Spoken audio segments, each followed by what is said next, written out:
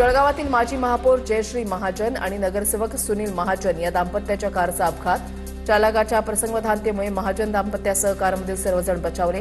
कारचा अक्षरशः चुराडा। लातूर जिल्हा परिषदेच्या निवडणुकीमध्ये महायुतीमध्ये बंडखोरांची संख्या वाढली।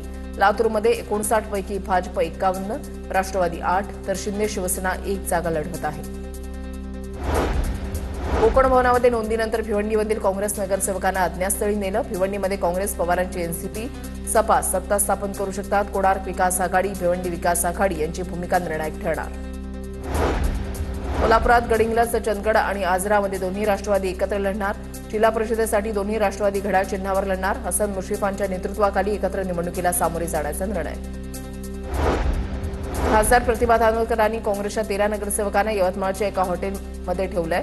काँग्रेसचे माजी शहराध्यक्ष रामू तिवारींचा दावा। प्रदेशाध्यक्षांनी नगरसेवकांना त्यांचं मत विचारलं तर वडेट्टीवारांसोबत असल्याचं दिसेल, तिवारींची प्रतिक्रिया।